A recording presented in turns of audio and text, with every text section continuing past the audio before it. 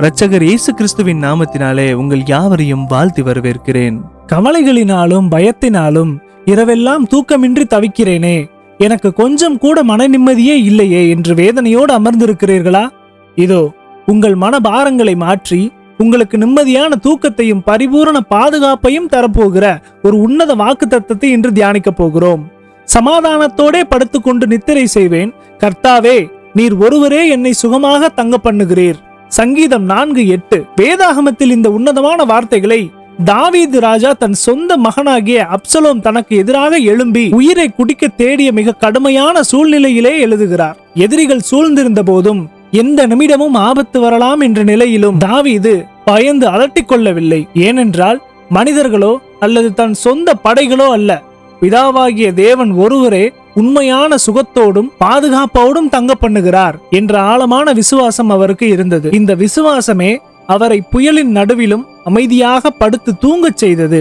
பிரியமானவர்களே, இன்று இந்த சத்திய வார்த்தை உங்களுக்கும் எனக்கும் எப்பேற்பட்ட நம்பிக்கையையும் விடுதலையும் தருகிறது தெரியுமா? இன்று உங்கள் வாழ்க்கையிலும் கடன் பாரம், எதிர்காலத்தை குறித்த பயம் அல்லது குடும்ப பிரச்சனையினால் தூக்கமில்லாமல் தவித்துக் கொண்டிருக்கலாம்.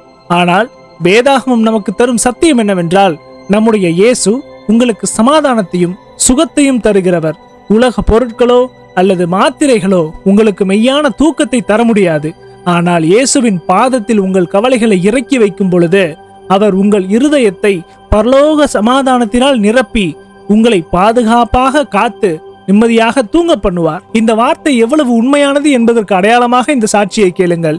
நாகர்கோவிலை சேர்ந்த சகோதரர் விக்டர் அவர்கள் தொழிலில் ஏற்பட்ட நஷ்டத்தினால் கடுமையான மன அழுத்தத்திற்கு ஆளானார். இரவில் படுத்தால் பயமும் கவலையும் அவரை சூழ்ந்து கொள்ளும். தூக்க மாத்திரைகள் சாப்பிட்டும் பல மணி நேரம் தூங்க முடியாமல் விடிய விடிய தவிப்பார். இதனால் அவருடைய சரீர ஆரோக்கியமும் சீர்கெட்டு போனது. அந்த நம்பிக்கையற்ற சூழ்நிலையில் ஒரு தேவ ஊழியர் மூலியமாக இந்த சங்கீதம் அவருக்கு பகிரப்பட்டது. ஆண்டவராகிய இயேசுவே, நீர் ஒருவரே என்னை சுகமாய் தங்க பண்ணுகிறீர். உம்முடைய சமாதானத்தை எனக்கு தந்து என்னை நிம்மதியாக இரவில் தூங்கச் செய்யும் என்று இந்த வசனத்தை பிடித்துக் கொண்டு அவர் ஜெபித்தார். என்ன நடந்தது தெரியுமா? இயேசுவின் தெய்வீக சமாதானம் அந்த சகோதரரின் அறை முழுவதும் நிரம்பியது.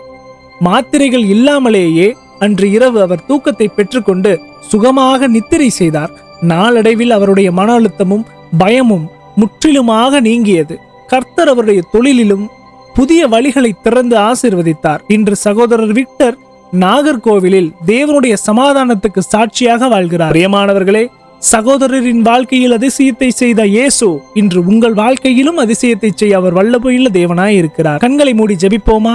எங்களை நேசிக்கும் அன்பின் பரலோகத்தின் நல்ல ஆண்டவரே, இதோ இரவெல்லாம் தூக்கமில்லையே, நிம்மதியே இல்லையே என்று கவலையோடும் பாரத்தோடும் இந்த வீடியோவை பார்த்து கொண்டிருக்கிற உம்முடைய பிள்ளைகளை உம்முடைய கரங்களில் ஒப்பு கொடுக்கிற அப்பா, நாங்கள் கேட்ட சாட்சியை போல உம்முடைய பிள்ளைகளின் இருதயத்தில் இருக்கின்ற சகல பயங்களும் மன அழுத்தங்களும் இயேசுவின் நாமத்தில் விலகட்டும்.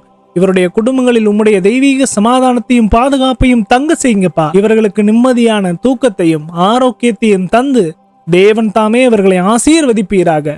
என்னென்ன தேவைகளுக்காக ஜெபிக்கிறார்களோ இயேசுவின் நாமத்தில் அந்த தேவைகள் சந்திக்கப்படுவதாக. ஒவ்வொருவரையும் சாட்சிகளாக எழுப்புங்க.